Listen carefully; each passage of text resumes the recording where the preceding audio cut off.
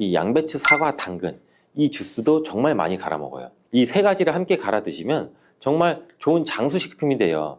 당근은 혈액 생성을 촉진시키고 혈액순환을 원활하게 해서 눈 건강을 좋게 하는 효능이 있고, 사과는 피로를 회복시키고 기관지를 촉촉하게 해서 천식을 예방시키는 효과도 있잖아요, 배처럼. 또 세 가지 모두 식이섬유가 풍부해서 장 건강에 정말 좋은데, 장 운동을 촉진하고 변을 묽게 해서 배변 활동에 도움을 주게 되죠. 이 세 가지를 함께 드시면 이런 효능들이 극대화돼서 정말 보약이나 다름없는 음식이 되죠. 그런데 생으로 드시라니까 혹시 농약이 걱정되시기도 하죠. 오늘 영상에서는 양배추가 농약 범벅이라는 소문이 있는데, 정말 양배추가 농약 범벅인지 재배 과정을 한번 살펴보면서 알아볼게요. 양배추를 키울 때 농약을 많이 치는 거는 사실이에요. 여러분, 요즘 많이 드시는 양배추는 과연 어떻게 드시고 계신가요? 양배추가 건강에 좋다는 사실은 다들 알고 계시죠? 양배추는 특히 위 건강에 좋은 대표적인 채소로 알려져 있는데, 이 양배추를 이용한 위장약이 많이 만들어지는 만큼 위장에 좋은 영양소가 많이 함유되어 있어요. 양배추는 위장뿐 아니라 여러 가지 몸에 좋은 효능이 있는 풍부한 성분들이 함유가 되어 있는데, 근데 이런 양배추도 잘못 드시면 오히려 건강에 독이 될 수 있다는 사실 알고 계신가요?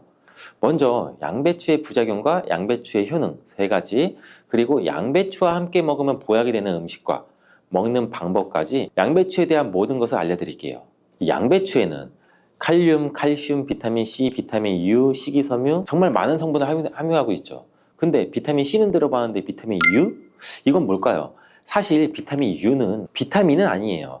비타민 U는 그 S메틸메티오닌이라는 성분인데, 궤양 치료에 효과가 좋다는 것이 알려지면서 비타민 U로 불러요. U는 그 궤양에 얼서 그 영어의 첫 글자 U를 가져와서 비타민 U라고 하는 것인데, 성분만 봐도 알 수 있듯이 양배추의 첫 번째 효능이 위장을 튼튼하게 한다는 거예요. 바로 위식도의 염증을 가라앉히는 데 효능이 있고, 위에 염증이 있어 빨갛게 헐어있는 분들이 있는데, 이런 분들은 공복에 명치 끝, 배 윗부분, 명치 있는 부분이 쓰리고 아픈 통증이 발생될 수 있죠. 이런 통증 원인이 염증 때문인데, 이 염증을 비타민 U, S메틸메티오닌이 완화시키는 데 도움을 주고, 비타민 U는 위점막에서 분비하는 호르몬인 이 프로스타글란딘의 생성을 촉진해서 위산으로부터 위벽을 보호해요. 또 위염과 위궤양도 억제해주는 작용을 같이 가지고 있고, 위암이 발생되는 것까지 예방하는 효능이 있죠. 또 비타민 U는 간의 해독작용에 중요한 역할을 하는 글루타치온의 생성을 촉진해서 활성산소를 제거해서 간세포의 손상도 예방할 수 있어요. 그래서 간 기능을 개선하는 데도 도움을 줄 수가 있죠. 사실 이 비타민 U는 십자화과 채소에는 풍부하게 함유가 되어 있어요. 십자화과 채소라면 뭐 양배추, 브로콜리, 배추부 등등이 포함되죠. 100g당 약 비타민 U가 함량이 약 배추에는 39mg, 무에는 11mg, 브로콜리에는 18mg, 양배추에는 무려 46mg로 이 십자화과 채소 중에서 가장 많은 함량이 들어있고, 양배추는 부위에 따라서도 비타민 U 함량이 달라져요. 푸른색의 겉잎, 하얀색의 속잎, 그리고 심지로 구성되는데 100g당 겉잎에는 26.1mg, 속잎에는 46.3mg, 심지에는 30.6mg 함유가 되어 있어요. 겉잎보다 속잎에 더 많이 함유가 되어 있죠. 과일은 껍질을 꼭 함께 제가 드시라고 누누이 말씀드렸는데, 양배추는 반드시 겉잎을 드셔야 될 필요는 없겠죠. 양배추의 두 번째 효능은 항암작용을 한다는 거예요. 그리고 양배추에는 항암작용이 뛰어난 글루코시놀레이트라는 성분이 풍부한데, 이 성분은 그 미로시나아제라는 효소에 의해서 설포라판과 인돌3카비놀이라는 성분으로 전환이 돼요. 이 인돌3카비놀은 호르몬의 균형을 조절해주는 효능이 있는데, 특히 에스트로겐 대사에 영향을 미쳐서 호르몬 균형을 조절하는 데 중요한 역할을 해요. 그래서 여성 호르몬 관련 건강 문제에 도움을 줄 수가 있죠. 또한 유방암이나 자궁경부암 발생을 억제하는 기능도 하고, 미국 미시건 주립 연구팀에서 발표를 한 적이 있어요. 실제로 양배추를 일주일에 3회 이상 섭취한 여성들이 일주일에 1회만 섭취한 여성에 비해서 유방암 발생률이 약 72%나 낮은 것으로 보고했고, 또한 글루코시놀레이트는 백혈구와 면역 단백질인 사이코카인 조율 능력이 굉장히 뛰어나서 방광암이나 유방암, 간암 등의 강력한 항암 효과를 보이는 것으로 알려져 있어요. 양배추의 세 번째 효능은 정말 중요한 효능인데, 바로 몸에 진액을 보충해주는 효능이에요. 몸에 진액이 부족하면 아무리 좋은 약을 드셔도 효과를 못 봐요. 온몸 구석구석 질병에 걸릴 가능성이 높아져요. 이 몸의 진액이라고 하면 혈액이나 림프액, 조직액, 뭐 음식물 섭취 시 흡수되는 영양물질, 몸 안에 조직에서 분비되는 뭐 점액질, 호르몬, 우리 몸의 모든 생명을 유지하기 위해서 필요한 모든 체액이 바로 진액이에요. 몸 안에 수분 같은 것들은 전부 다 진액이라고 보시면 되는데, 이 진액이 몸에 부족하면 여러 증상이 나타나요. 손발도 차고, 저린 경우에 혈액순환이 잘 되지 않아 그런 증상이 나타나게 되고, 혈액순환이 문제가 바로고 혈액순환에 진액이 부족해서 그런 증상이 나타나는 경우도 굉장히 많고, 또 이 수분이 충분해야 손발 끝까지 혈액순환이 원활하게 될 수가 있는 건데, 기관지에 진액이 부족하게 되면 또 당연히 기관지도 건조해지고, 그렇게 되면 외부에서 먼지 같은 이물질이 들어오면 기관지는 다이렉트로 자극을 강하게 느껴 기침이 나고 칼칼하고 목소리도 잘 나지 않은 현상도 나오고, 위에 진액이 부족하면 위장의 조직들이 수축되는 현상으로 또 위축적 위염도 나타날 수가 있고, 심장의 진액이 부족하면 심장에 열이 오르고 심장박동도 빨라질 수 있고, 나이가 들면 또 관절이 점점 뻣뻣해지고 입도 바짝바짝 마르는 증상도 많이 나타나고 있고, 그리고 또 목, 어깨 등의 근육이 뭉쳐 통증이 나타나는 이유도 몸 안에 진액, 수분이 부족하기 때문이고, 굉장히 다양해요. 진액이 부족해서 나타나는 현상들은. 근데 뭐 수분이 부족하면 우리는 물을 마시면 해결되지 않을까? 물론 물을 마시면 몸에 대부분 수분이 보충되긴 하지만 대부분 소변이 빠져나가게 되죠. 소변으로. 마신 물이 몸속 구석구석 스며들게 돼서 몸에 진액을 보해주려면 물만 마셔서는 절대 해결이 되지 않아요. 물이 우리 몸에 들어왔을 때 몸속에 잡아들 수 있는 힘이 부족한데, 이런 역할을 하는 것이 양배추예요. 양배추는 몸의 진액 보충을 위해 한의학에서 많이 처방하기도 하는데, 이 진액을 채우고 뇌를 보호하는 뇌수와 뼛속의 골수를 채워주는 역할도 같이 하는 것으로 알려져 있어요. 이렇게 좋은 양배추도 잘못 드시면 부작용이 발생할 수가 있는데, 양배추를 드실 때 주의하셔야 하는 분들 4가지 유형에 대해 알려드릴게요. 첫 번째는 과민성 대장증후군이 있으신 분들이에요.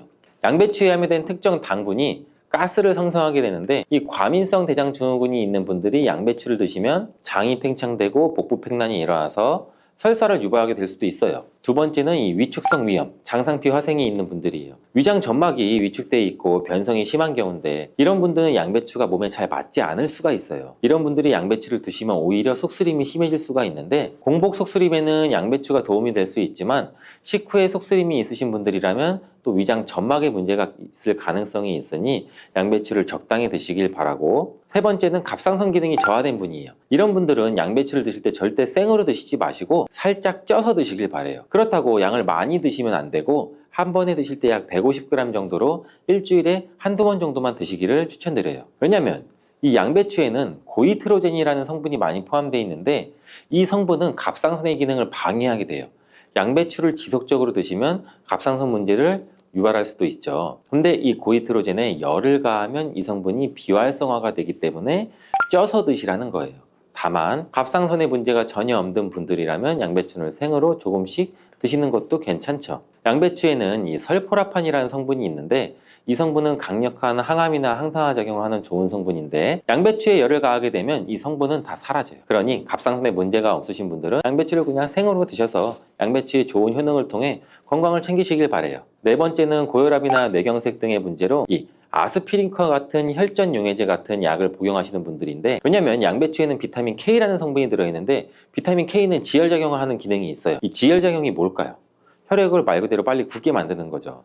근데 이 혈액을 묽게 만드는 약을 드시는 분들이 양배추를 드시게 되면 비타민 K와 충돌하게 되어 복용하시는 이 효과를 떨어뜨리거나 다른 부작용을 일으킬 수가 있을 가능성이 있어요.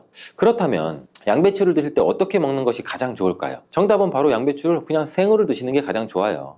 왜냐하면 비타민 U나 C와 같은 좋은 성분들은 열에 약해서 이 조리 과정으로 인해서 파괴가 되기 때문인데, 양배추는 생으로 드시기 참 그래도 어렵잖아요. 그래서 양배추를 생으로 드실 수 있는 방법을 알려드릴게요. 갈아서 주스로 드시면 돼요. 이때 양배추만 갈아 드시면 맛이 굉장히 없잖아요. 양배추와 함께 갈아 드시면 맛도 좋고 보약이 되는 음식 3가지를 제가 바로 알려드릴게요. 저희 집도 아침마다 주스를 정말 많이 갈아서 먹는데, 이 양배추, 사과, 당근 이 주스도 정말 많이 갈아 먹어요. 이 3가지를 함께 갈아 드시면 정말 좋은 장수식품이 돼요. 당근은 혈액 생성을 촉진시키고 혈액순환을 원활하게 해서 눈 건강을 좋게 하는 효능이 있고, 사과는 피로를 회복시키고 기관지를 촉촉하게 해서 천식을 예방시키는 효과도 있잖아요. 배처럼. 또 3가지 모두 식이섬유가 풍부해서 장 건강에 정말 좋은데, 장 운동을 촉진하고 변을 묽게 해서 배변 활동에 도움을 주게 되죠. 이 3가지를 함께 드시면 이런 효능들이 극대화돼서 정말 보약이나 다름없는 음식이 되죠. 그런데 생으로 드시라니까 혹시 농약이 걱정되시기도 하죠.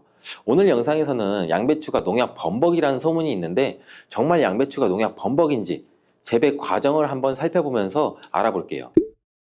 양배추를 키울 때 농약을 많이 치는 것은 사실이에요. 지금 보고 계신 것이 약 40일 정도 된 양배추예요. 모공이 되는 사이즈죠. 이때부터 농약을 많이 치게 돼요. 다음으로 60일 정도 된 양배추이고 이때도 우리가 알고 있는 양배추의 모양은 아니죠. 아직 더 많이 자라야 돼요. 다음은 100일 정도 재배된 양배추예요. 입이 생각보다 크죠. 양배추의 모양은 보통 동그라니 공처럼 생겼는데 이것은 꼭 다른 채소처럼 생겼어요. 120일 정도 되면 이렇게 자라는데 가운데 보이시나요?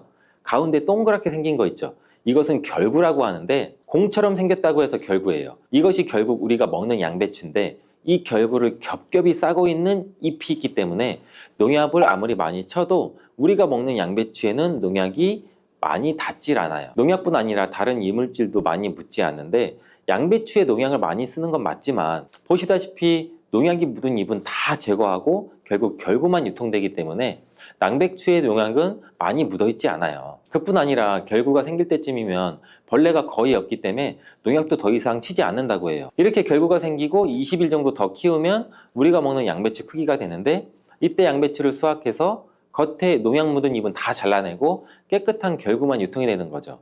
이제 조금이나마 안심하고 양배추를 드셔도 되겠죠. 혹시나 그래도 걱정되신다면 농약은 수용성 성분이기 때문에 양배추를 물에 5분 정도 담가 두었다가 흐르는 물에 씻으면 농약을 제거할 수 있으니 걱정하지 말고 드셔도 돼요.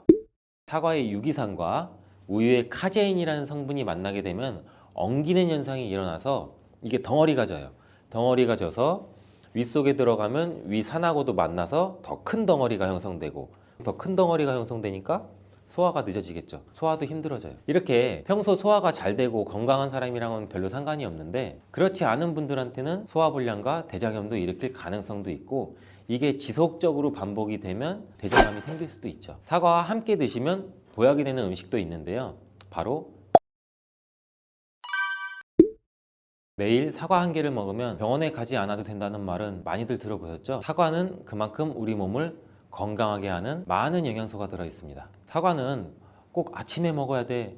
아침에 먹어야 된다고 하는 사람들도 많은데 그 말이 정말 사실일까요? 정답은 그렇지 않다입니다. 그 이유를 보면 사과에는 신맛, 상큼한 맛이 나죠. 바로 사과 안에는 유기산이 풍부하기 때문인데 그래서 유기산 때문에 신맛이 나는 것이에요. 이 유기산은 우리 몸에 이로운 정도 있지만 평소에 속쓰림이 자주 있거나 위염, 식도염이 있는 분들이 아침에 공복에 사과를 먹게 되면 우리 몸의 위 점막에 심한 자극을 줄 수 있어요. 빈속에 안 그래도 속이 쓰리신 분도 많은데 음식물이 있을 때 위 안에서 위산이 분비되고 위액이 분비돼야 중화가 되면서 우리 위도 코팅이 되고 건강한데 음식이 없을 때 위산이 분비되면 오히려 위벽을 깎아먹게 되는 효과를 나타내거든요. 그래서 평소에 위가 약하거나 위염이 있으신 분들, 역류성 식도염이 있으신 분들 이러신 분들 같은 경우에는 공복에 사과를 드시는 게 오히려 독이 될 수가 있습니다. 또한 마늘과 파 같은 음식은 열을 내는 음식이라고 하면 우리 사과는 우리 몸을 차갑게 하는 과일이라서 몸이 찬 분들은 사과를 드실 때 또 주의를 하셔야 돼요. 위염 같은 증상이 있는 분들은 공복에 사과를 드시면 사과가 소화도 되지 않고 설사를 하게 될 가능성도 높고 평소에 아랫배가 차거나 손발이 차서 수족냉증에 걸리신 분들도 많으시고 혈액순환도 안 되고 또 생리기간 중에 있으신 여성분들도 사과를 드실 때는 주의하셔야 됩니다. 이런 분들이 사과를 드실 때는 아침에 공복보다는 아침 식사 후에 드시는 게 좋고 사과를 보관할 때도 보통 냉장고에 보관했다가 차게 해서 꺼내 드시잖아요. 냉장고에서 꺼낸 사과를 바로 드시면 시원하고 아삭해서 맛있죠. 근데 미리 꺼내 놓고 사과의 온도를 실온으로 맞춰서 드시는 것이 우리 위장 내부에도 좋습니다. 또한 사과를 팬에 구워 드셔도 되고 익혀 드셔도 됩니다. 그렇다면 왜 아침에 먹는 사과가 보약이라는 말이 굉장히 우리가 많이 알고 있을까요? 건강하신 분들은 사과를 아침 공복에 드시면 더욱 좋은데 그 이유는 사과에는 펙틴이라는 식이섬유가 풍부해 우리 장 운동을 활발하게 하고 장내 노폐물을 배출하는 데 도움을 줘 하루를 건강하게 시작할 수 있기 때문입니다. 한 가지 꼭 기억하셔야 할 점은 사과를 껍질째 드셔야 한다는 것입니다. 실제 연구에서는 사과의 껍질에는 안토시아닌이나 퀘르세틴, 에피카테킨 같은 이러한 식물성 폴리페놀 성분이 사과의 그 과육보다 사과 껍질에 훨씬 더 많이 함유되어 있는 것이 밝혀졌고 또 이러한 껍질을 버리고 깎고 먹게 되면 사과의 좋은 영양소는 극히 일부만 드시게 되는 것이죠. 사과에는 펙틴 말고도 정말 다양한 영양소가 있는데 사과에는 어떤 효능이나 영양소가 있는지 한번 알아보겠습니다. 사과는 먼저 장을 건강하게 해줘요. 요즘 프로바이오틱스, 프리바이오틱스 굉장히 많죠, 유산균. 이렇게 사과가 천연 프리바이오틱스로서 장내에 우리 몸, 장 안에 좋은 균을 많이 생기도록 해주는 작용을 해줍니다. 이렇게 장내에 좋은 균이 많이 생기게 되면 장의 환경이 좋아지는 건데, 그렇게 되면 단맛, 자극적인 맛이 강한 가공식품에 대한 식욕도 줄어들고 건강한 식품을 먹고 싶은 욕구도 늘어나게 돼요. 또 장이 건강해지면 우리 면역력이 또 좋아지고, 이렇게 다 선순환으로 이어져 가는 건데, 장에는 물론 좋은 세균, 나쁜 세균들이 굉장히 많이 존재가 해요. 근데 좋은 세균만 많아도 안 되고 나쁜 세균만 많아도 안 돼요.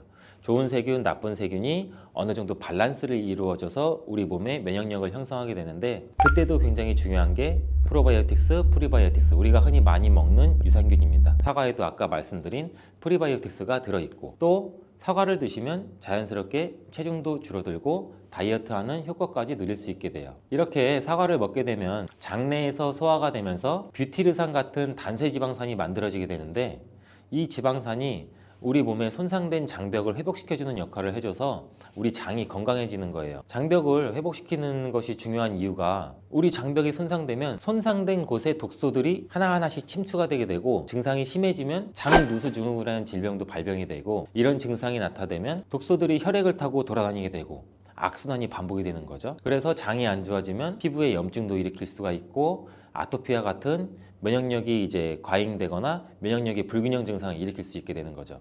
이렇게 사과를 드시면 이런 증상을 예방해 장이 건강해져 피부도 탄력 있게 밝아지게 하는 효과도 있고, 사과 속의 풍부한 펙틴이 아까 장 운동도 활발하게 한다고 말씀드렸잖아요. 그렇게 되면 암을 유발할 수 있는 물질들이 장내에 오래 머물지 못하고 결국 대장암의 발병률도 서서히 줄어들게 되죠. 그리고 사과는 혈관도 깨끗하게 해주는데, 혈관을 깨끗하게 해주면 뇌졸중, 고혈압, 심근경색, 그런 혈관 질환도 같이 예방할 수 있게 되고, 이렇게 혈관에 활성산소가 많아지게 되면 혈전이 생겨 혈액순환을 방해하기도 하고 혈관세포를 손상시켜 노화를 촉진시키기도 하는데, 이러한 활성산소를 제거해 주는 게 우리가 흔히 알고 있는 항산화 영양제라고 해요. 말 그대로 활성산소가 우리 세포의 노화를 촉진시켜주고 우리 세포를 더 늙게 만들거든요. 이러한 것들을 제거해주는 항산화 영양소를 같이 섭취해주는 것도 매우 중요한데, 그 항산화 영양소도 사과에 들어있다는 것을 알고 계시면 좋을 것 같습니다. 또한 이러한 활성산소를 제거해서 혈전이 생기는 것을 억제하는데 가장 큰 역할을 하는 게 플라보노이드 계열의 루틴이라는 성분인데, 이 루틴이 사과에 굉장히 많이 들어있어요. 또한 사과에는 칼륨도 굉장히 많이 함유되어 있어서, 칼륨은 혈관 내에 나트륨을 몸 밖으로 배출해주는 역할을 해요. 나트륨은 수분을 흡수하는데 칼륨이 부족하면 나트륨도 배출되지 않습니다. 이 나트륨은 혈압이 상승하며 혈관에 노폐물을 쌓이게 만드는데, 사과를 섭취해서 칼륨을 공급해주면 혈압도 방지할 수 있고 노폐물을 배출시켜주는 역할도 같이 할 수 있습니다.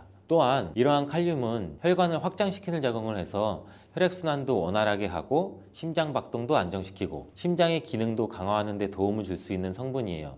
근데 여기서 한 가지 주의할 점을 알려드릴게요. 활성산소가 혈관을 손상시킨다고 했잖아요. 근데 사과를 잘못 드시면 오히려 활성산소가 굉장히 많이 생기게 돼요. 바로 갈변된 사과를 드시는 것입니다. 사과를 먹고 남게 되면 밀폐 용기에 담아 보관했다가 나중에 드시는 경우 굉장히 많잖아요.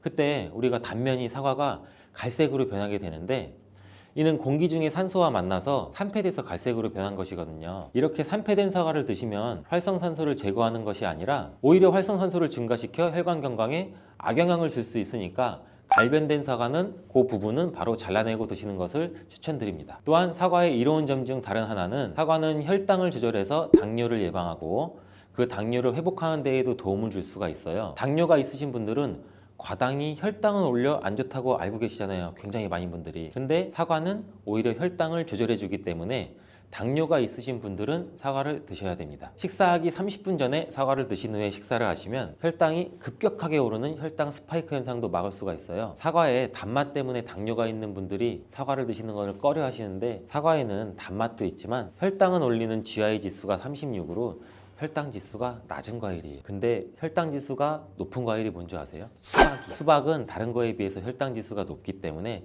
당뇨가 있으신 분들은 조금 조심해서 드시면 좋을 것 같습니다. 실제로 대학 연구팀에서 실험한 것을 발표했는데, 건강한 사람을 대상으로 쌀밥만 먹은 경우랑 30분 전에 사과를 먹고 쌀밥을 드신 경우를 비교를 했을 때 혈당이 쌀밥만 먹은 경우보다 50% 정도로 떨어지는 것도 확인이 된 실험도 있어요. 당뇨가 있는 분들도 이제 안심하시고 식사 후에 드시지 말고 반드시 식사 30분 전에 꼭 사과를 드시고 식사를 하시길 바랍니다. 한 가지 주의할 점은 사과를 갈아서 사과 주스로 드시게 되면 오히려 흡수가 빨라 혈당을 올릴 수가 있으니 사과를 껍질째 씹어서 천천히 드시는 게 좋을 것 같습니다. 또한 사과의 다른 효능 중 한 가지는 기관지도 깨끗하게 청소해주는 효능도 있어요. 사과에는 양파와 마찬가지로 퀘르세틴이라는 성분이 풍부하게 함유되어 있는데 이 성분은 호흡기 점막에 생기는 염증을 가라앉히고 예방하는 효과도 있어요. 흔히 우리 요새 시중에 많이 판매되는 퀘르세틴 영양제도 있는데 이 퀘르세틴 영양제가 아이들 비염, 기관지염 이런 쪽을 개선시킨다고 많이들 이제 광고도 하는데 이처럼 퀘르세틴이 우리 몸에 있는 염증도 굉장히 많이 잡아주거든요. 이런 물질들이 사과 속에도 같이 함유되어 있다는 것을 기억하시기 바라겠습니다. 그리고 폐기관지에 모세혈관도 튼튼하게 만드는 걸 도와주고 천식이 있거나 기관지가 약한 분들이 미세먼지 때문에 기침이 많이 나고 목에 가래가 많이 낄 수가 있는데 이런 분들도 사과를 꾸준히 드시면 호흡기가 부드러워져 불편함도 많이 해소할 수 있게 됩니다. 한 연구에서는 매주 4개에서 5개의 사과를 먹는 가정의 자녀가 매주 1개 이하의 사과를 먹는 가정의 자녀보다 천식의 걸릴 확률이 50% 정도나 낮았다고 발표한 적도 있고 사과가 그만큼 천식과 호흡기 건강에 좋다는 것이 증명된 거죠. 이렇게 좋은 사과도 함께 먹으면 절대 안 되는 음식이 있는데 바로 궁합이 안 맞는 거예요. 그 음식을 알아볼 텐데 바로 우유, 요거트, 치즈 이런 유제품류예요. 여러분 놀라셨죠? 유제품이랑 사과를 아침에 굉장히 많은 분들이 같이 함께 드시고 계시는데 요새 샐러드 같은 것도 많이 드시면서 샐러드에 사과도 넣고 드레싱으로 요거트랑 치즈도 붓고 이러한 경우가 많은데 유제품과 사과를 함께 드시면 사과의 비타민C가 우유에 부족한 영양 성분을 보충해줘서 좋은 것으로 대부분 많이 알고 계시는데 이런 내용이 전혀 틀린 것은 아니에요. 근데 소화 기능이 약하신 어르신분들이나 위염, 식도염 같은 증상이 있으신 분들은 이렇게 드시면 안 돼요. 영상 초반에도 제가 잠깐 말씀드렸듯이 이런 증상이 있는 분들은 유제품과 사과를 함께 드시면 그 증상이 더욱 악화되는데 그 이유는 사과의 유기산과 우유의 카제인이라는 성분이 만나게 되면 엉기는 현상이 일어나서 이게 덩어리가 져요. 덩어리가 져서 윗속에 들어가면 위산하고도 만나서 더 큰 덩어리가 형성되고 더 큰 덩어리가 형성되니까 소화가 늦어지겠죠. 소화도 힘들어져요. 이렇게 평소 소화가 잘 되고 건강한 사람이랑은 별로 상관이 없는데 그렇지 않은 분들한테는 소화불량과 대장염도 일으킬 가능성도 있고 이게 지속적으로 반복이 되면 대장암이 생길 수도 있죠. 장 건강이 중요한 이유는 아까도 영상 초반에 말씀드렸듯이 장이 우리 몸의 면역력도 같이 담당하는 기관이고 정신 건강에까지 영향을 주기 때문인데 행복 호르몬이라고 불리우는 세로토닌 많이 들어보셨죠? 이 세로토닌의 95%가 장에서 만들어지기 때문에 장이 건강해야 행복감이 또 올라갈 수 있어요.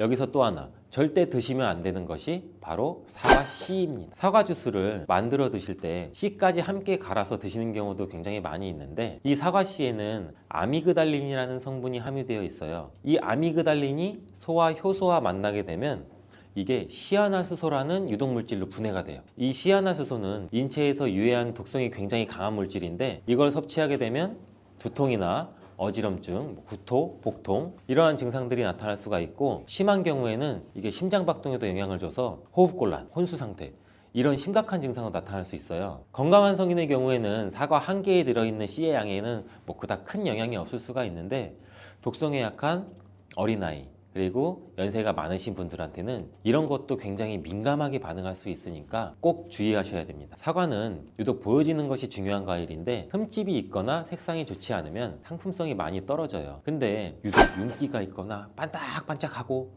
빨갛고 색상이 짙은 사과는 웬만하면 피하는 게 좋아요. 간혹 유동 파라핀이라는 식품 첨가물을 사용해서 사과 위에 이렇게 이쁘게 보이게 코팅 처리를 한 사과일 수가 있는데 이 유동 파라핀을 섭취하게 되면 복통과 설사를 일으킬 수 있고 지용성 비타민의 흡수도 감소시킨다고 알려져 있어요. 요새는 이런 일이 거의 없긴 하지만 혹시나 사과가 너무 윤기가 흐르거나 만졌을 때 약간의 끈적임이 있다면 드시기 전에 살짝 의심 한번 해보시고 껍질을 깨끗하게 세척하고 드시거나 껍질을 벗기고 드시는 것이 안전하겠습니다. 사과와 함께 드시면 보약이 되는 음식도 있는데요. 바로 비트와 당근입니다. 굉장히 유명한 주스 아시죠? ABC 주스. ABC가 바로 사과, 비트, 당근. 애플, 비트, 캐럿 이 세 가지를 갈아서 만든 주스인데 사과, 당근, 비트를 함께 드시게 되면 영양소의 흡수율이 굉장히 증가하고 서로의 시너지를 굉장히 크게 나타내요. 이 서로의 영양소를 보완해줘서 더욱 건강하게 드실 수가 있는데 또한 식이섬유가 폭발적으로 증가해서 장운동을 촉진하고 변비 예방도 탁월해져요. 그리고 사과, 당근, 비트 이 세 가지는 모두 강력한 항산화 물질이 풍부해서 체내에 있는 활성산소를 제거해서 세포의 노화도 방지해주고 몸에 활력을 불어넣어 줄 수도 있는 거예요. 함께 먹으면 보약이 되는 음식으로도 고구마도 있습니다. 이 고구마에는 베타카로틴이라는 성분이 풍부해서 항암작용과 함께 면역력도 같이 강화해 주는데 혈관 건강에도 도움을 줄 수가 있어요. 고구마를 드시면 소화가 잘 안 되는 증상도 나타날 수가 있는데 이게 왜 그러냐면 고구마 속에 함유되어 있는 아마이드라는 성분이 장에서 이상 발효를 일으켜서 가스가 차고 소화불량 증상도 같이 나타나는 건데 이때 같이 사과와 함께 드시면 사과에 함유된 펙틴이 아마이드의 이상 발효 증상을 억제해서 가스가 차는 증상을 발생하지 않도록 도와주게 돼요. 또한 이러한 사과의 효능 중 하나인 혈관을 깨끗하게 하는 것을 고구마의 베타카로틴이 도와줘서 이 효능이 극대화가 돼서 건강에 정말 좋은 음식 궁합도 될 수 있답니다.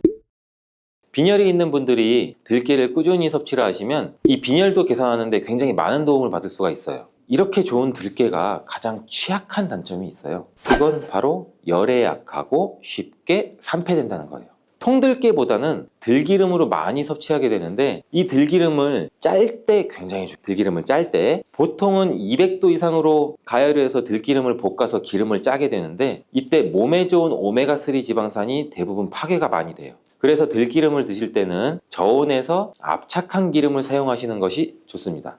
저온 압착유 또는 생들기름이라고도 하는데 이 기름을 요리에 사용할 때도 열에 오랫동안 가열하지 말고 요리가 끝나갈 무렵에 촉촉촉 이렇게 들기름을 넣어 주시거나 먹기 직전에 드레싱해서 드시는 게 굉장히 좋습니다.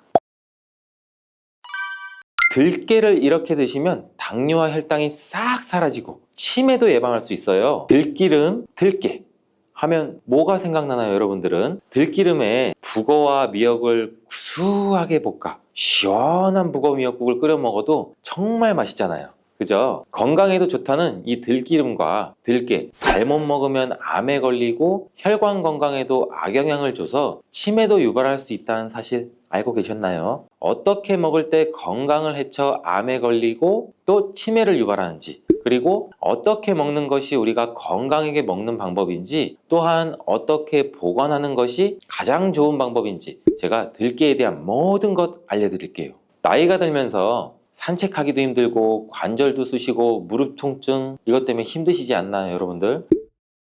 들깨의 첫 번째 효능은 바로 관절염에 좋다는 거예요. 무릎이나 관절 통증 때문에 병원에서 진통제를 처방받고 약국에서 또 진통제를 받아 드시고 이때 이 처방받는 우리 진통소염제의 역할이 우리 몸속에 프로스타글란딘이라는 물질이 있어요. 이 물질의 생성을 억제해서 통증을 막아주는 기전인데 이 들깨 속에 함유되어 있는 식물성 오메가3 지방산인 알파리놀렌산이라는 게 함유되어 있는데 이는 체내에서 염증을 일으키는 프로스타글란딘이라는 생성을 억제하는 데 아주 좋은 효능을 발휘해요. 이처럼 우리가 오메가3를 먹는 이유 중 하나도 혈관 건강이나 혈행장애, 피를 맑게 해준다 등등의 역할도 있지만 몸속의 미세염증을 잡아주는 역할이 굉장히 커서 드시는 분들도 많으신데 이러한 들깨가 바로 이런 염증 유발 물질을 억제해줘서 진통 역할에 도움을 줄 수 있다는 거죠.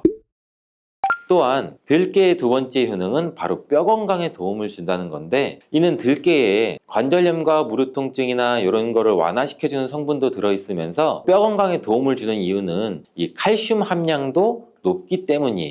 이 들깨 100g에는 약 한 390ml 정도 되는 칼슘이 함유가 되어 있다고 하는데 뼈 건강에 아주 도움을 줄 수 있는 좋은 식품이기도 해요. 이러한 들깨를 꾸준히 섭취하면 이처럼 칼슘의 흡수도 많아져 골다공증 예방에도 참 좋은데 중년 이후 노화가 진행될 때 영양 불균형이 생기면서 많이 발생이 하게 되는데 여성의 경우 폐경 이후에는 골밀도가 많이 감소가 되고 골다공증 발생되는 확률도 높아진다고 해요. 골다공증으로 인해서 노인들의 골반 골절이 일어날 수가 있는데 이 골반 골절로 인해서 65세 이상이신 분들은 30%가 1년 내에 사망하고 또 80세 이상인 분들은 50%가 2개월 이내에 사망을 할 수도 있다고 굉장히 위험하다고 해요. 그럼 노인들에 대한 뼈 관리는 굉장히 중요하겠죠. 이 골다공증 관리에 뼈 건강을 유지하고 골절 위험을 줄이기 위해서도 굉장히 중요해요. 뼈 건강을 위해서 우리 들깨를 꾸준히 섭취하는 게 좋겠죠. 나이가 들면서 깜빡깜빡하는 일도 잦아지고 기억력도 떨어져서 고민되시는 분들 많으시죠? 이제는 걱정하지 마세요. 세 번째 들깨의 효능은 바로 뇌 건강, 뇌신경을 튼튼하게 해주고 기억력도 높여주고 치매를 예방하는 데 도움을 줄 수 있다는 거예요. 이렇게 좋은 효능이 있는 이유는 잠깐 말씀드린 대로 오메가3가 풍부하게 함유가 되어 있는데, 이 오메가3는 보통 흔히들 알고 계시듯이 등푸른 생선에 많이 함유되어 있다고 알고 계시잖아요. 이것은 동물성 오메가3고 식물성 오메가3인 이 알파 리놀렌산이라는 거는 들깨에 많이 들어있어요. 이 들깨에 함유된 지방산 중에서 이 60% 정도나 차지하는 게 바로 이 알파 리놀렌산인데, 이 알파 리놀렌산은 뇌신경 보호에 탁월한 효과가 있는데, 어떻게 뇌신경을 보호하느냐? 뇌신경에 염증을 일으켜서 망가뜨리는 이 사이토카인이라는 물질이 있는데, 이러한 사이토카인이라는 물질의 분비를 감소를 시키고, 또 알츠하이머 치매 환자의 뇌에서 많이 발견되는 이 비정상적인 단백질이라는 게 있어요. 이게 베타 아밀로이드라고 하는데, 바로 이 알파 리놀렌산이 이 베타 아밀로이드를 감소시키기 때문이에요. 참치에도 많이 함유되어 있다는 DHA 많이 들어보셨죠? 이 DHA가 대표적인 뇌기능 강화 물질인데, 이 DHA가 우리의 기억력도 높여주는 데 도움 주고 또 학습 능력 또한 좋게 만들어주는데, 이 DHA는 체내에서 잘 합성이 되지가 않아서 식품으로 섭취를 하는 게 좋아요. 이 들깨에 함유된 알파 리놀렌산이 흡수될 때 바로 이 DHA로 전환이 돼요. 그래서 어린이 전용 오메가3 같은 경우에서도 약국에서 많이 보시면 이 EPA보다는 DH 함유량이 높은 영양제도 굉장히 많이 찾아볼 수가 있는데, 이렇듯 들깨가 뇌신경이나 뇌 건강에 좋은 이유가 바로 이것 때문이에요.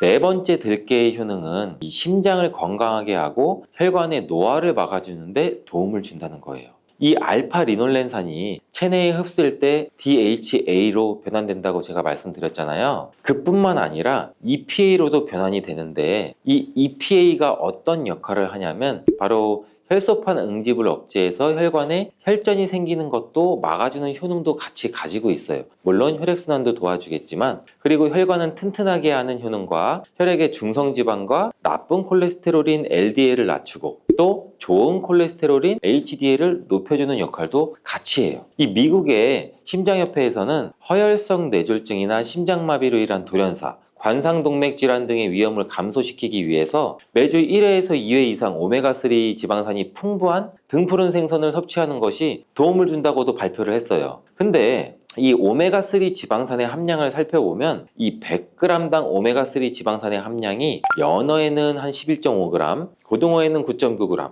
들깨에는 무려 63.1g이나 함유가 되어 있다고 해요. 굉장히 많이 함유되어 있죠. 이렇듯 들깨에는 연어에 비해서 5배 이상 들어있다는 건데, 들깨를 꾸준히 드셔서 혈관도 건강하게, 심장도 튼튼하게 유지하시기 바라겠습니다. 다섯 번째 들깨의 효능은 바로 변비에 좋다는 거예요.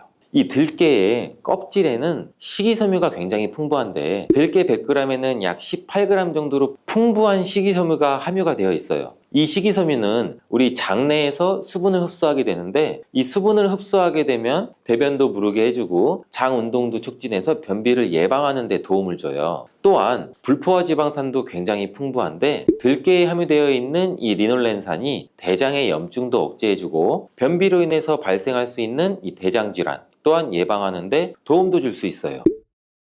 여섯 번째 들깨의 효능은 바로 이 췌장을 건강하게 하는데 도움을 준다는 거예요. 들깨에는 또 루테올린이란 성분이 풍부하게 들어있는데, 이 성분은 몸 안에서 인슐린에 대한 반응도를 높이는 기여를 해요. 이게 무슨 말이냐면, 우리 췌장에서 인슐린이 분비가 되죠. 인슐린이 조금만 분비하게 돼도 몸 안에서 이 인슐린에 대해서 반응을 잘하면 혈당이 급격히 올라가는 것도 막아주고, 또 췌장에서 인슐린 분비도 멈추는 역할을 하겠죠. 이렇게 췌장의 부담을 많이 덜어줄 수 있다는 거예요. 루테올린을 통한 인슐린 반응도가 높아지면 당뇨도 예방할 수 있고 혈당 조절에도 많은 도움을 받을 수 있어요. 7번째 들깨의 효능은 알레르기성 질환을 예방하는 데 도움을 주는 건데, 들깨에 오메가3 지방산이 많이 함유되어 있다고 했잖아요. 이 오메가3 지방산이 염증을 억제하고 면역력을 강화시키고 이러한 효과가 있어서 알레르기 증상도 예방하고 완화시키는 데 도움도 줄 수 있어요. 그리고 또 비타민 E가 풍부하게 함유가 되어 있는데, 이 비타민 E는 항산화 작용이 뛰어나고 알레르기 반응을 일으키는 물질인 히스타민의 분비를 억제하는 효과도 있어요. 여러분들이 처방받는 항히스타민제 굉장히 유명한 제품들 많잖아요. 약국 가면 이거와 비슷한 비전이라고도 뭐 어찌 보면 그렇게 볼 수가 있겠죠. 8번째 들깨의 효능은 빈혈에 좋다는 거예요. 들깨에 약 100g에는 철분이 14mg 정도 함유가 되어 있는데, 이는 시금치의 약 2배에 해당이 돼요. 시금치보다도 이 철분 함량이 높아서 빈혈에 도움을 줄 수도 있고, 그뿐 아니라 이 들깨에 함유된 비타민 B12라는 성분은 조혈작용, 즉 피를 만들어주는 작용을 도와주는데, 이 조혈작용이란 혈액 속에 혈구를 어떻게 보면 만들어내는 과정을 말하죠. 빈혈이 있는 분들이 들깨를 꾸준히 섭취를 하시면 이 빈혈도 개선하는데 굉장히 많은 도움을 받을 수가 있어요. 이렇게 좋은 들깨가 가장 취약한 단점이 있어요. 그건 바로 열에 약하고 쉽게 산패된다는 거예요. 통들깨보다는 들기름으로 많이 섭취하게 되는데, 이 들기름을 짤 때 굉장히 좋아요. 들기름을 짤 때 보통은 200도 이상으로 가열을 해서 들기름을 볶아서 기름을 짜게 되는데, 이때 몸에 좋은 오메가3 지방산이 대부분 파괴가 많이 돼요. 그래서 들기름을 드실 때는 저온에서 압착한 기름을 사용하시는 것이 좋습니다. 저온 압착류 또는 생들기름이라고도 하는데, 이 기름을 요리에 사용할 때도 열에 오랫동안 가열하지 말고 요리가 끝나갈 무렵에 촉촉촉 이렇게 들기름을 넣어 주시거나 먹기 직전에 드레싱해서 드시는 게 굉장히 좋습니다. 또한 이 들기름은 산패가 쉽게 되는데, 이 들기름이 산패되면 벤조피렌이라는 물질이 생성되는데, 이게 1급 발암 물질이에요. 이 산패된 들기름을 지속적으로 드시게 되면 발암 물질을 계속 먹게 되는 거죠. 그래서 이 들기름의 사용 기간 또한 지켜주시는 게 좋은데, 보통은 2달 이내로 드시는 게 가장 좋고, 개봉을 하셨다면 1달 이내에 소비하는 것을 추천드립니다. 어떻게 보면 어린이 시럽이랑도 비슷하죠, 유통기한이. 이 들깨는 또한 보관 방법도 굉장히 중요해요. 신문지나 검은 비닐 이런 걸로 감싸서 빛을 차단하고 밀봉한 상태에서 반드시 냉장 보관하시기를 추천해 드립니다. 실온에 두신다면 들기름의 산패는 급속히 진행이 돼요. 근데 이 들기름을 오래 보관할 수 있는 방법도 있는데, 이것은 참기름과 섞어서 보관하는 거예요. 이 참기름에는 비타민 E와 세사몰이라는 성분이 있는데, 이 성분이 들기름의 산패를 막아줘서 도움을 주죠. 이 세사몰이라는 성분은 참기름을 고온에서 볶거나 기름을 짜는 과정에서 생성되는 물질인데, 이 때문에 다른 기름에 비해 참기름이 산패가 느리고 지속성이 좋은 거예요. 그래서 들기름과 참기름을 7:3, 8:2 정도로 섞어서 보관하시면 조금 더 오래 보관할 수가 있습니다. 근데 들깨를 기름으로 드시게 되면 들깨 껍질을 섭취할 수가 없잖아요. 들깨 껍질에 몸에 좋은 식이섬유와 대표적인 항산화 물질인 이 페놀 성분들을 다 버리게 되는 거예요. 그래서 들깨를 제대로 드시려면 들기름보다도 통들깨 자체로 드시는 게 좋은데, 우리 마트 많이 가잖아요. 마트에 가면은 통들깨보다도 들깨 가루를 굉장히 많이 판매해요. 이 들깨 가루는 산패가 빨리 되기 때문에 통들깨를 구매해서 드시는 것을 추천을 드리고, 이 통들깨를 구매하시면 그 안에 작은 돌이라든지 이물질이 또 많이 들어있겠죠. 그래서 세척도 잘 해주셔야 돼요. 제가 세척하는 법 알려드릴게요. 먼저 들깨를 물에 담가 씻어요. 그리고 물 위에 동동 뜨는 것만 얇은 채로 걷어서 옮겨주시고, 이렇게 반복하게 되면 바닥에 이제 돌이나 이물질만 남게 되는데, 또 이거를 버리고 또 물에 담가 씻어주고, 또 물 위에 뜨는 것만 채로 살짝 걷어서 옮겨주시고, 이 작업을 한 3-4번 정도 반복해 주시면 되는데, 이렇게 하면 통들깨를 깨끗하게 세척할 수가 있죠. 깨끗하게 세척한 통들깨는 자연 건조해줘도 되지만 시간이 오래 걸리니까 팬에 담아서 약한 불로 건조해 주시거나, 아니면 쉬운 방법은 집에 있는 전자레인지를 이용하셔서 건조시키면 돼요. 근데 전자레인지를 이용한 건조 방법을 제가 알려드릴게요. 세척한 통들깨를 접시에 담아서 한 5분 정도 돌려주시면 돼요. 이때 수시로 상태를 확인해 줘야 돼요. 아직 건조가 5분 정도면 건조는 덜 됐을 거예요. 근데 오랜 시간 전자레인지에 돌리면 들깨가 탈 수가 있죠. 이렇게 5분 정도씩 돌려가면서 중간중간 상태를 확인해 주고 완전히 건조될 때까지 이 작업도 반복해 주시면 돼요. 이 완전히 건조된 통들깨는 그냥 스푼으로 떠서 드셔도 되고, 먹을 만큼씩 믹서기에 갈아서 음식에 넣어서 드셔도 되고, 홍들깨 자체로도 음식에 넣어 드셔도 되죠. 이렇게 하시면 들깨를 산패되지 않은 채로 신선하고 건강하게 버리는 거 없이 드실 수가 있습니다. 그러면 모든 과일들은 몸에 다 좋나? 아니죠. 아쉽게도 아니에요. 이 GI 지수가 높은 식품은 혈당을 급격히 상승시킬 수가 있어요. 특히 고칼로리 식사와 과다한 당분 섭취는 당뇨의 주요 원인이 될 수가 있어요. 당뇨가 있더라도 적당히 섭취하면 건강에 도움이 되는 과일들 제가 5가지 알려드릴게요. 당뇨가 걱정이라면 바로 이 과일을 드셔야 됩니다. 형형색색의 과일들은 우리의 눈과 입을 즐겁게 하죠. 또 계절마다 다른 제철 과일들을 손꼽아 기다리기도 하고요. 저도 과일만 생각하면 과일 킬러라서 지금도 입에 침이 고이네요. 또 요즘에는 외국에서 나오는 이름이 생소한 과일들도 굉장히 마트에서 쉽게 찾아볼 수 있잖아요. 저녁 반찬, 저녁장 보러 마트에 가면은 신선한 과일들도 많고, 이렇게 맛 좋은 과일들 맛있다고 혹시 마음껏 많이 드시고 계시지는 않아요? 아니면 반대로 혈당이나 당뇨가 걱정돼서 일부러 멀리하고 나 한 조각만 먹을 거야, 혹시 이렇게 하세요? 아니죠. 당뇨가 걱정되시는 분들, 이미 당뇨가 있으신 분들한테 유용하고 중요한 과일에 대한 정보를 제가 지금 바로 알려드릴게요. 과일을 어떻게 먹는지에 따라 우리의 건강에 큰 차이를 만들 수가 있어요. 이 과일은 맛이 굉장히 좋잖아요. 그리고 비타민, 미네랄, 식이섬유, 항산화 물질 굉장히 풍부하죠. 우리의 건강에 매우 중요한 역할을 해요, 이런 과일들이. 다양한 과일에는 몸에 좋은 영양소가 굉장히 많은데, 예를 들어 비타민 C가 풍부한 과일은 면역력을 높여주고, 항산화 물질이 풍부한 과일은 우리 몸에 세포 손상을 막고 노화 방지에도 도움을 주고, 또 과일에 포함된 이러한 식이섬유는 우리 소화 건강을 돕고 혈당 조절에도 중요한 역할을 하는데, 그러면 모든 과일들은 몸에 다 좋나? 아니죠.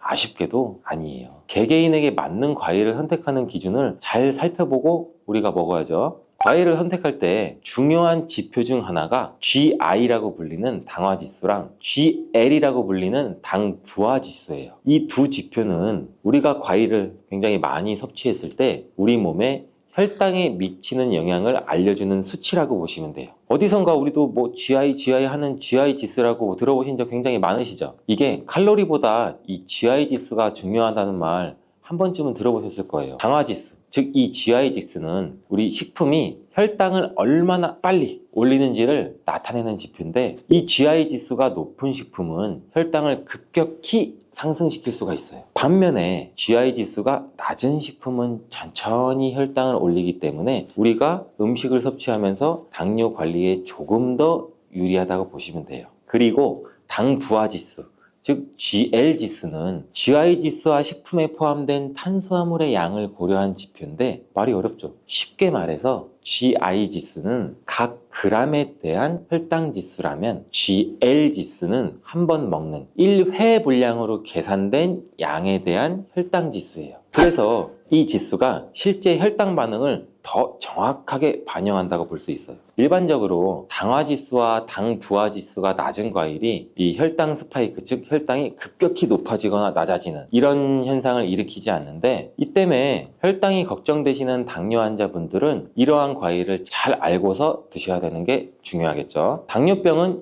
혈당 조절에 문제가 생기는 질환인 거 다 아시죠? 대부분의 경우 인슐린이라는 호르몬이 정상적으로 작용하지 않거나 인슐린 저항성의 문제와 분비량이 부족해져서 혈당이 높아지게 되는 거죠. 주된 원인은 크게 보면 유전적인 요인과 생활 습관에 있어요. 이러한 당뇨병은 가족력으로 전해지는 경우도 많고, 또한 불규칙한 식습관, 과도한 스트레스, 운동 부족, 비만 등도 굉장히 주요한 원인인데, 특히 고칼로리 식사와 과다한 당분 섭취는 당뇨의 주요 원인이 될 수가 있어요. 그래서 더더욱 음식을 드실 때 더 잘 알아봐야 하는데, 우리 당뇨가 있으신 분들은 단 음식, 과일을 섭취하면 안 된다, 이렇게 알고 계신 분들이 굉장히 많아요. 그렇죠? 하지만 당뇨에 도움이 되는 과일이 있다는 거, 이제 이 당뇨에 좋은 과일들을 한번 알아볼게요. 당뇨가 있더라도 적당히 섭취하면 건강에 도움이 되는 과일들 제가 5가지 알려드릴게요.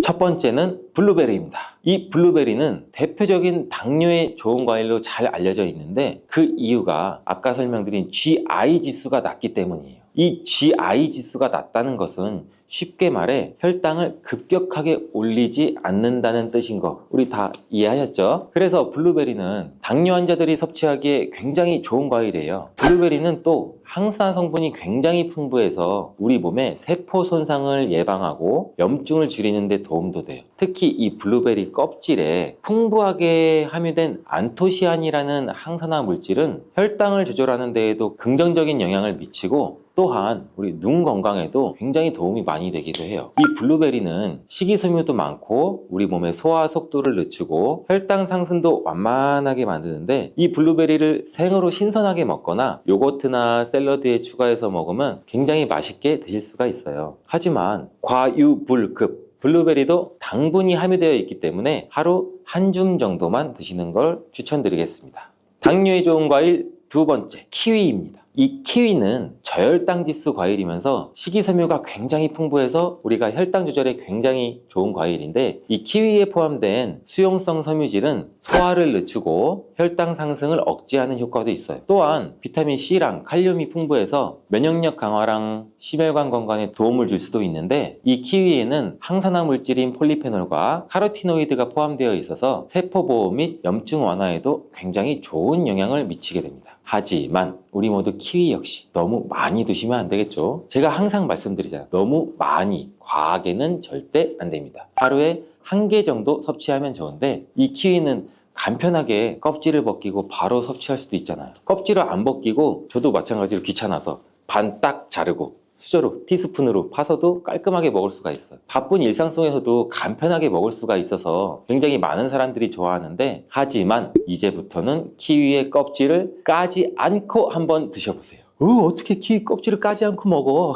키위의 껍질에는 실은 속살보다 더 많은 섬유질, 즉 식이섬유가 풍부해서 변비나 장 건강에 도움을 줄 수 있고 굉장히 다양한 항산화 물질이 포함되어 있기 때문에 우리 몸의 세포 손상도 막을 수가 있다고 해요. 또 면역 체계에도 도움을 줄 수가 있다고 하고 근데 까슬까슬한 털이 있어서 겉면을 잘 씻어서 껍질째로 한번 드셔보시는 게 좋을 것 같은데 껍질이나 과육에 알러지 반응이 있으신 분들은 껍질을 벗기고 먹는 게 물론 좋습니다. 저도 실은 한 번도 키위를 껍질째 먹어보진 않았는데 오늘 집에 가서 한번 잘 씻어서 도전해 보겠습니다. 여러분들도 한번 도전해 보세요. 세 번째 과일은 배입니다. 배는 저혈당 지수 과일 중에 하나로 특히 배에는 수용성 식이성분인 펙틴이 풍부해서 우리 몸의 소화 과정을 늦추고 혈당이 급상승하는 걸 억제하는 데 도움을 줄 수 있습니다. 배의 섬유질은 장 건강에도 좋고 우리 변비를 예방하는 데도 아주 효과적인데 배는 비타민 C, 항산화 성분 그리고 수분이 많이 포함된 과일로 우리 몸의 수분 균형을 유지하는 데도 물론 도움을 줘요. 수분이 풍부한 배는 특히 체내 독소 배출과 배뇨 촉진에도 좋은 영향을 주는데 이로 인해서 배는 당뇨 환자의 전반적인 건강 유지에도 긍정적인 영향을 준다고 해요. 또 배는 달콤하고 시원한 맛이 있어 남녀노소 호불호 없이 굉장히 좋아하는 과일이죠. 차게 냉장고에 해놨다.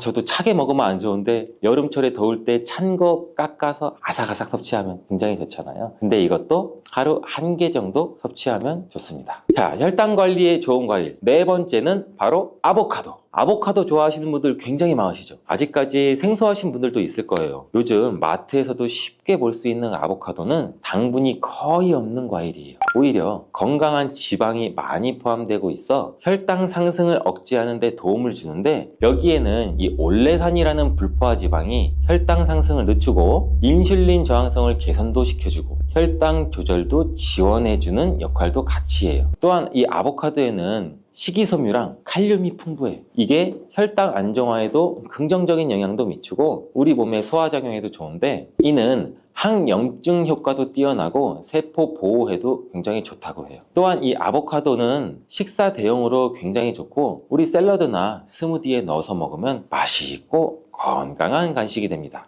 그러나 이렇게 몸에 좋은 아보카도도 너무 많이 섭취하면 탈이 날 수가 있어요. 하루에 반 개 정도 섭취하는 것이 적당하다고 합니다. 다섯 번째 과일은 사과입니다. 저는 새콤달콤한 이 사과를 정말 좋아하는데 이 사과가 외국에서는 하루 한 알의 사과면 의사 선생님이 필요가 없다.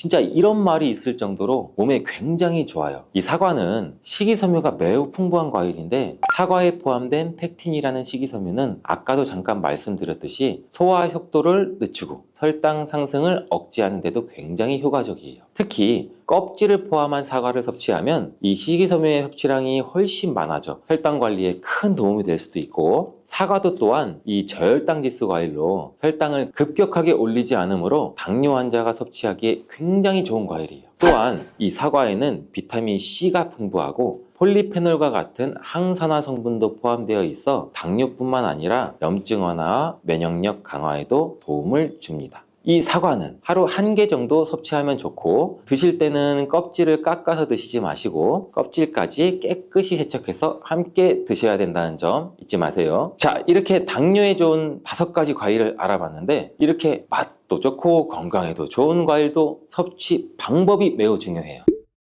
그럼 당뇨에 악영향을 줄 수 있는 과일 섭취 방법에는 무엇이 있는지 알아볼까요? 당뇨에 안 좋은 과일 섭취법, 첫 번째, 과일 주스로 주시는 거예요. 과일 주스를 100%, 이 100% 과일 주스로 드셔도 가공 과정에서 당분이 많이 포함될 수가 있고, 또 이 액상이라서 몸의 흡수 또한 일반 과일을 먹었을 때보다 우리 몸이 흡수율이 빨라질 수가 있어요. 이렇게 흡수율이 빨라지면 이 혈당 스파이크를 쉽게 불러일으킬 수도 있고, 주스 대신 생과일을 섭취하는 것이 훨씬 더 건강에 이로우니 우리 모두 기억하시길 바라요. 또 두 번째, 건조된 과일입니다. 과일 자체가 나쁘다고 제가 말씀드리는 거 아니에요. 건조된 과일인 건과일은 당뇨에 좋지 않아. 왜? 건과일은 과일의 수분 함량은 낮아지고 과일의 부피는 줄어들지만 당분은 그대로 함유하고 있어서 당분 농도가 높아요. 여러분, 혈당 지수 GI가 높아서 혈당을 급격히 올릴 수가 있기 때문에, 예를 들어 건포도, 건살구, 건무화과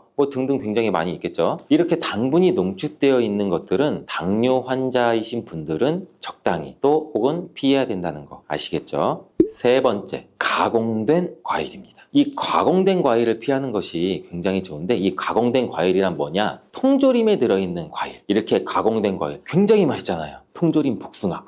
생각만 해도 군침이 돌고, 통조림 요새 화채 만들 때 여러 가지 과일 있는 수박 넣고 통조림 까서 그 안에 있는 과일 부어서, 생각만 해도 침이 고이죠. 이 과일 통조림은 과일 주스 시럽이 함께 들어있는 경우가 많아서 당분이 농축되어 있어요. 이 당분이 농축되어 있어 혈당을 급격하게 올릴 수가 있기 때문에 과일을 섭취할 때는 신선한 과일 그 자체로 섭취하는 것이 굉장히 중요합니다. 몸에 안 좋은 과일 섭취 방법이 이것 말고도 중요한 것이 또 있는데 바로 알려드릴게요. 식사 직후에 마무리로 우리 디저트로 과일 한번 먹자. 디저트로 사과나 배 과일 없나? 굉장히 많은 분들이 이렇게 드시고 계시잖아요. 대부분 식사를 다 하시고 입가심으로 과일 한두 조각 정도 드시는데, 이 식후에 당분이 많은 과일을 섭취하시면 식전에 과일을 드시는 것보다 몸에 해롭다는 사실 알고 계셨나요? 식후에 과일을 섭취하게 되면 우리가 식사를 하면서도 혈당이 올라가는데, 과일을 섭취하면 혈당이 급격하게 올라갈 수 있고 이 혈당 스파이크가 일어날 가능성이 있습니다. 과일은 식전에 먹는 것이 실은 과일의 섬유질이 우리 몸에 포만감도 주고 소화도 천천히 하게 도와줘서 탄수화물의 흡수를 늦추게 하는 효과가 있어요. 또한 이 과일을 드실 때는 껍질과 함께 섭취하시는 게 몸에 더 좋은 과일들이 있는데, 과일의 껍질 속에는 이 과일의 속살과는 비교도 안 되게 굉장히 많은 식이섬유랑 항산화 물질이 풍부하게 들어있어요. 껍질이 혈당 조절과 소화 건강에 더욱 도움이 되는 과일들도 굉장히 많이 있는데, 예를 들면 사과나 배는 껍질에 많은 영양분이 들어있기 때문에 껍질을 벗기지 않고 깨끗하게 씻어서 그대로 먹는 것이 굉장히 좋습니다. 다만 깨끗하게 세척도 잘 해주셔야 되고, 농약이 걱정된다면 유기농 과일을 선택을 하시는 것도 좋은 방법이 되겠죠. 이제부터 과일의 영양까지 생각하신다면 껍질은 버리지 마세요. 마지막으로 섭취 방법과 함께 중요한 건 과일을 드실 때의 양을 꼭 조절해야 된다는 겁니다. 제가 계속 말씀드렸죠. 양, 적정량. 그럼 맛있는 과일을 한 번 먹기 시작하면 배가 부를 때까지 드시지는 않나요? 물론 그런 경험 굉장히 많을 거예요. 저도 마찬가지고. 근데 과일은 이렇게 자연적인 당분을 포함하고 있기 때문에 적당량을 섭취하는 것이 굉장히 중요한데 하루에 한두 개가 적당해요. 일반적으로 보면 이것도 과일 종류에 따라 달라서 굉장히 주의를 해주셔야 됩니다. 맛있는 과일 계속 저절로 손이 가더라도 손이 가요 손이 가, 건강한 몸을 위해서 참고 너무 많이 먹지 않도록 주의하세요. 건강한 몸을 위해서 건강한 습관이 나를 만든다. 오늘도 꼭 기억해 주세요.